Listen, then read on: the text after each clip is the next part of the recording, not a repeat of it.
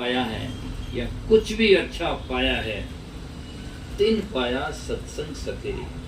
जिन्होंने जीवन में सत्संग पाया है तो कुछ न कुछ पाया है, और वास्तव में सत्संग जिसको समझ में आएगा तो उन्हें कल्याण पद ले लिया।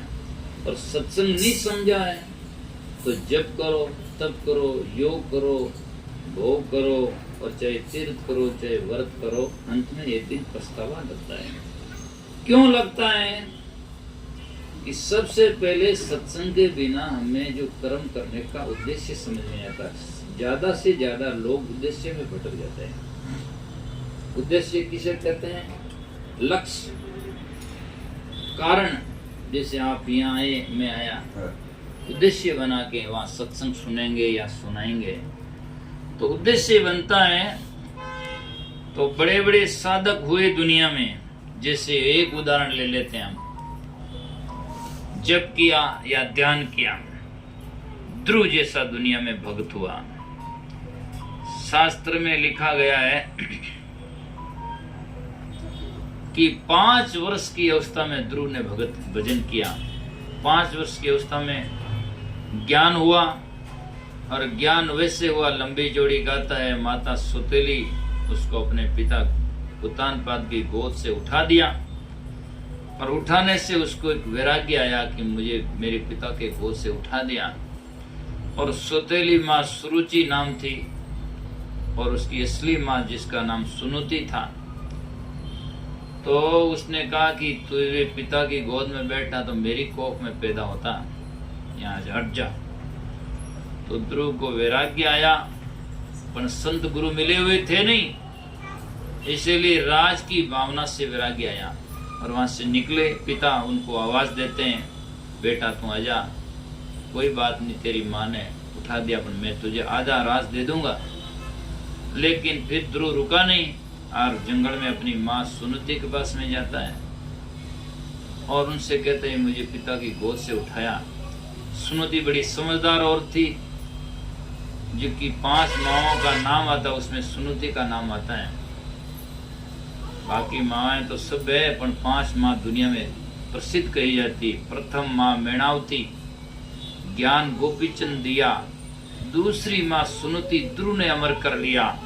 तीसरी माँ मदालसा पुत्र अलरक तपधारी, हितम हरिसे जिनकी नूरा में तारी। बख्तू माँ फरीद की, गुरु प्रताप सेजा तिरी। 5 माँ और माँ सब सरपणी, 5 माँ माता खरी। बाकी को सरपणियों की परिभाषा थी, अपना जाया खाई। मतलब उनसे स्वार्थ सिद्ध करते हैं। बस 10 बेटा, बाजार में काम करे तो ठीक बेटा, दारू पिए तो ठीक बेटा, महाराज भजन करे तो एक खराब है। तो कल्याण की राह में वो जानते नहीं है, बस दुनिया की जगह में सब कुछ करो ठीक है, और मतलब अपना सिद्ध करते हैं। इसलिए संतों को कहना भी पड़ा, माता पिता जन्म के बेरी खिणे उंडोड़ी खाई, अपनो स्वार्थ ले दगो देसी जो फेर ऊंचो नहीं आई। मन तो रंकार रट भाई, सास उसास खाली मत खो, सदगुरु सेन बताई। तो ध्रुव सुनुति के पास में जाता है। सुनुति कहती बेटा ऐसा पिता कई छोड़ छोड़ कर आया है, अनंत जन्मों से कितने पिता छोड़ कर आए हैं, तो इसकी क्या परवाह करता है, तो भजन कर जो परमात्मा पिता की गोद में बैठ जा। ऐसा कह देता, वैराग्य आ जाता, निकल जाता है। आगे देव ऋषि नारद मिलते हैं, वैराग से भजन करते हैं। वाणियों में है कि ब्रह्मा विष्णु में इस प्रकट हो जाते हैं, फिर बैंकुट का राज दे देते हैं। खैर इतना तक हो गया, लेकिन 60,000 बरस दियो राजू, कुटुंब सहित बैंकुट विराजू। एक दिवस तो परले जाई, और फिर बरादई बहू के माई। 60,000 जिस दिन खत्म हो जाएगा, उस दिन वापस भवसागर के चक्र में। तो इतना बढ़िया ध्यान लगाया, इतनी साधना की, लेकिन गुरु कान में नहीं लगा, सत्संग समझ में नहीं आया। यदि समझ में आ जाता उस टाइम में कि मुझे कल्याण चाहिए, तो वो ही ध्यान कल्याण में बदल जाता, और नहीं तो उद्देश्य रहा कि मुझे राज चाहिए, तो राज मिल गया, अपना कल्याण नहीं मिला। तो ये जो उद्देश्य है, सत्संग के बिना समझ में नहीं आता। सार क्या है, भजन करना किस लिए चाहिए, भजन कहते किसे हैं, भजन का गंतव्य स्थान परमात्मा राम जी है क्या, यहाँ आकर बहुत सारे लोग भ्रमित हो जाते हैं।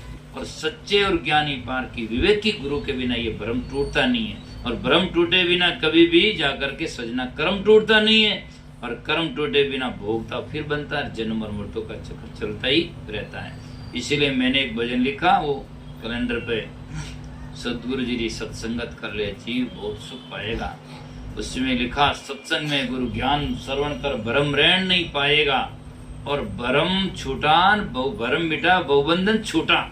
भरम मिट गया तो बहुबंधन टूट गया, भरम मिटा बहुबंधन छूटा, फिर जम का धक्का नहीं खाएगा। सदगुरु जी की सत्संगत कर ले तेरा जीव बहुत सुख पाएगा। तो सदगुरु की सत्संग करने से निर्णय होता है।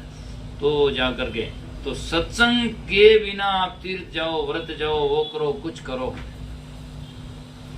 और जिसमें महिलाओं की तो बात ही अलग है, देखा देखी भक्ति है।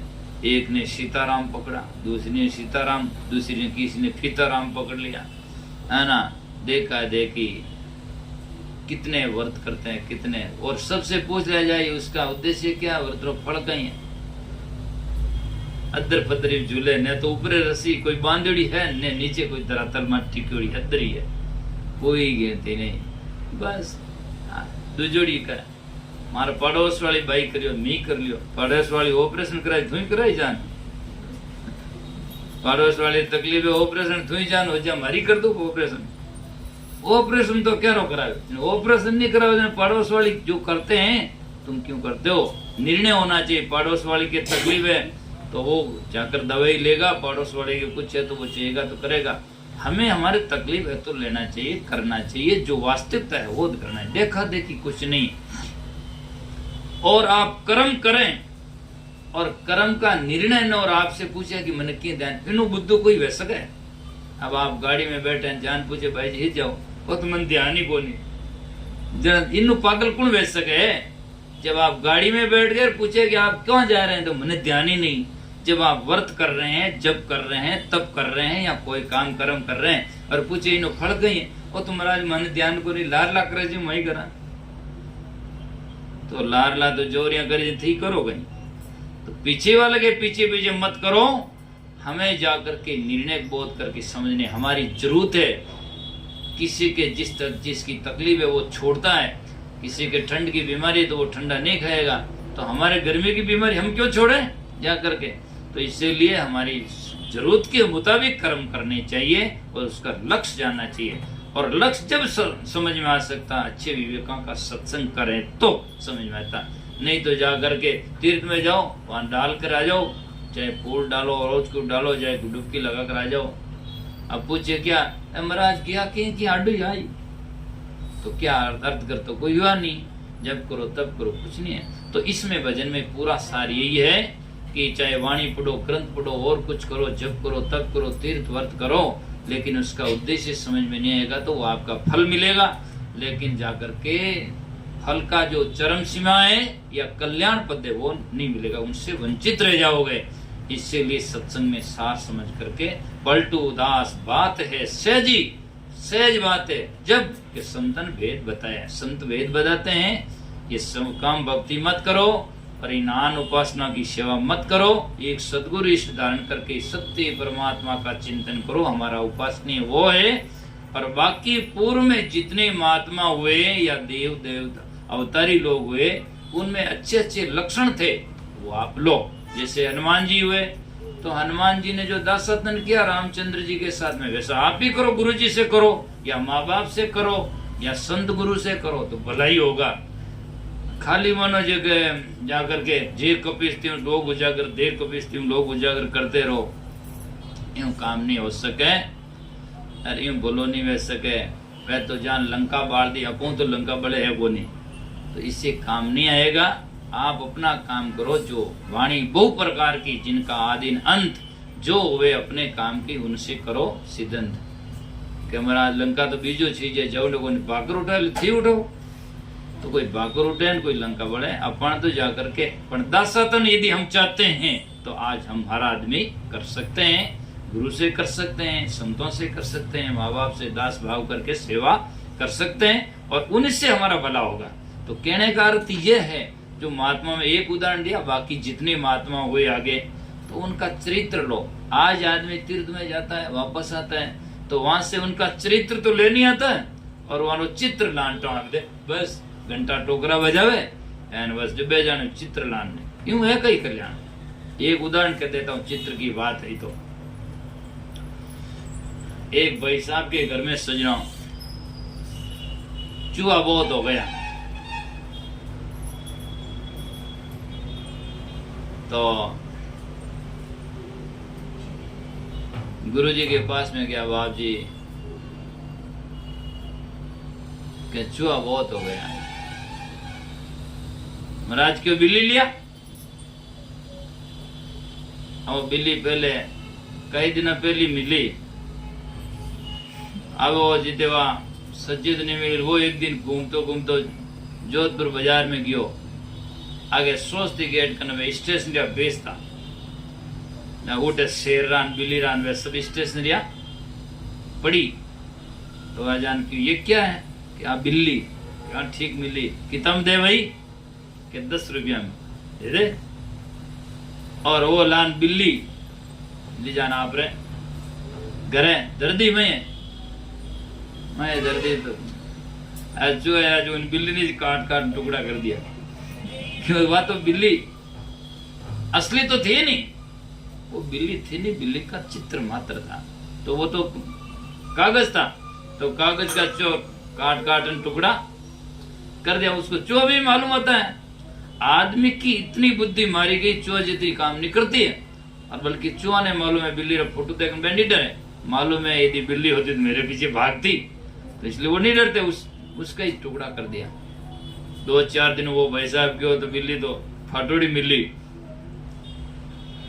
बात की करेगी। तो गुरुजी ने जान क्यों आप जी चूहा बहुत हो गया, अरे हो गया तो मैंने कहा नहीं बिल्ली लिया, अरे बाप जी बिल्ली लिया, उसका भी टुकड़ा कर दिया। तो सजना प्रसाद लाओ भाई, तो महाराज क्यों ये तो हो ही नहीं सकता, क्या जानते कही बढ़िया।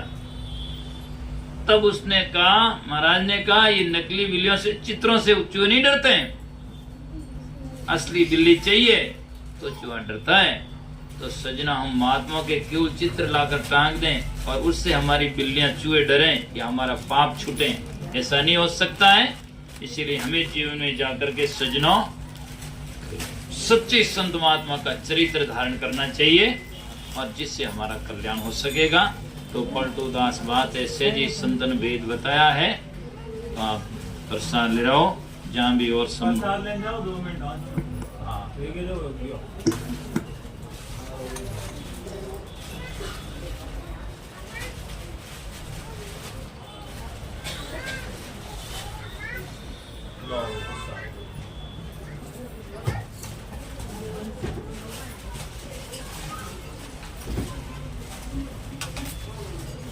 लो प्रसाद लो, जिन्हें जल्दी जाना चाहिए जल्दी लो।